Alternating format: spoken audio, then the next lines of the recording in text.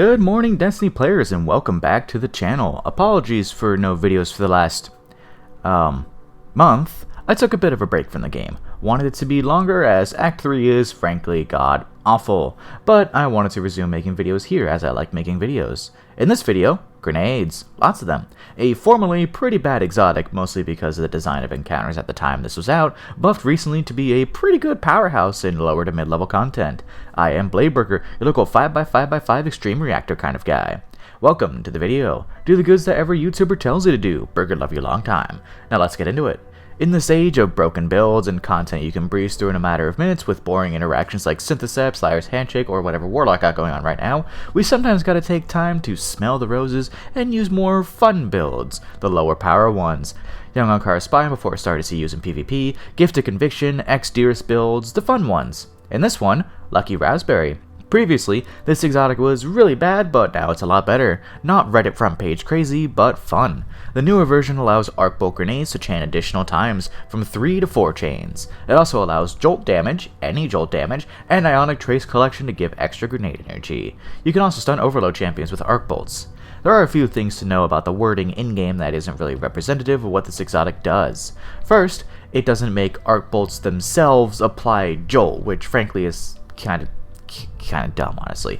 Have to run a whole fragment just to get it to jolt. Secondly, it's any trigger of jolt gives the energy back. If enemy takes damage from jolt, you get grenade energy. Thirdly, jolt already stuns overloads. 2 sources of overload stunning, I guess.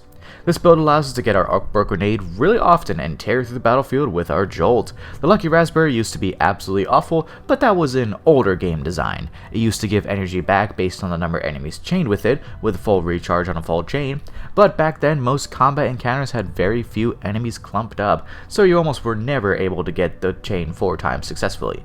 This new version is much better, as jolt from any source you trigger gives grenade energy, and ionic traces are super easy to make in today's sandbox. Let's talk class and see how we use the exotic to the fullest on Prismatic. For class, we're on Prismatic Hunter. Use whatever super you'd like. Frankly, I'm using Storm's Edge for the drip with the recent Solstice armor. For melee, Withering Blade. You get 2 charges and apply slow on a hit. It also ricochets. I use this over Threaded Spike due to the double melee charges. For grenade, Arcbolt. Chains damage to nearby enemies, sometimes inconsistent. For aspects, Ascension. Hit your hotkey when in the air to twirl honey twirl and damage and jolt enemies below you. You and close allies also become amplified with this. For your other aspect, we have Stylus Executioner, an aspect that never leaves Prismatic Hunter, frankly. Killing an enemy that has an elemental debuff on them makes you go invisible and gain wall hacks. While invisible, you can melee an enemy to apply the weakened debuff to them. For fragments, Facet of Hope, another mainstay on Prismatic Hunter. When you have an elemental buff, your class ability regenerates faster. Facet of Awakening, multi-kills with elemental damage, or your super makes an elemental pickup, like Ionic Trace or Fire Sprites according to the damage dealt. With an Arcbolt, you'll make an Ionic Trace just about every time. Facet of Courage, light abilities deal more damage to enemies with darkness debuffs, let your Arcbolts hit harder. Facet of Dominance, Void Grenades weaken, and Arc Grenades jolt. Woohoo!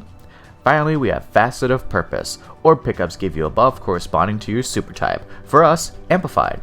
So there's the class stuff, and now let's talk weapons and stats. For weapons, use anything that can jolt good. Right now I'm using the Corrasion 2-round Burst Pulse. It's honestly really good. It with full shot destroys anything and everything and enables you to get Arcbolts faster. For other weapons, run what you please. The Call, or the Call. All good options for your special slot. For stats, 100 Discipline is always nice. We do get our grenade back pretty quick, but sometimes in between combat encounters you need to get it back. Happens, man. For other stats, place them where you please. It's up to you, honey. Now, let's talk mods. For mods, this selection is more quality based instead of relying on kickstarts or surges. Bungie really nerfed kickstarts way back, and it really should be unnerfed, honestly. The only usable kickstart nowadays is utility, and only on Hunter. Anyways, let's get into mods. On Helmet, double ashes to assets. Grenade kills give more super energy. We also have Harmonic Siphon. Double kills are higher with weapons matching our super type, making aura power. In this case, arc weapons. Swap this mod out to another siphon if you're using a different super. On arms, Impact Induction. Powered melee hits give grenade energy on a 7-second cooldown. We also have double firepower, make an orb on a grenade kill. With 2 mods, it brings the cooldown to 4 seconds. And yes, we can get our grenades back that quick if we get a good jolt on.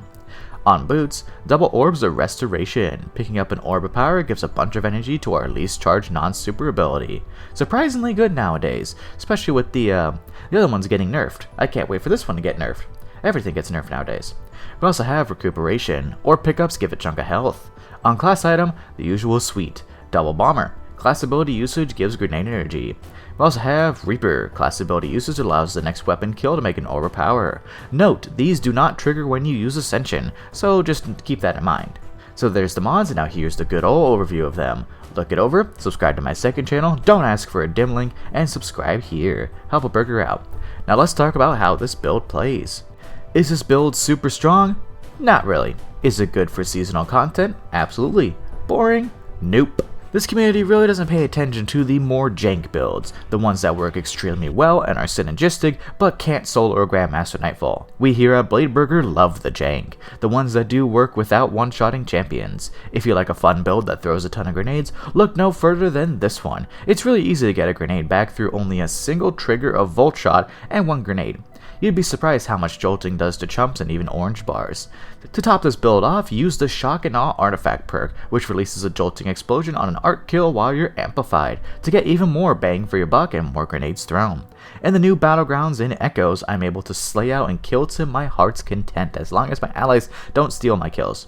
If you have a build idea you'd want to see me work on, let me know in the comments below. Also, if you have any thoughts on this build, also let me know. I do read all comments, even if I may not respond. Thank you all for watching. Stay tuned for the next one. Bladeburger, out.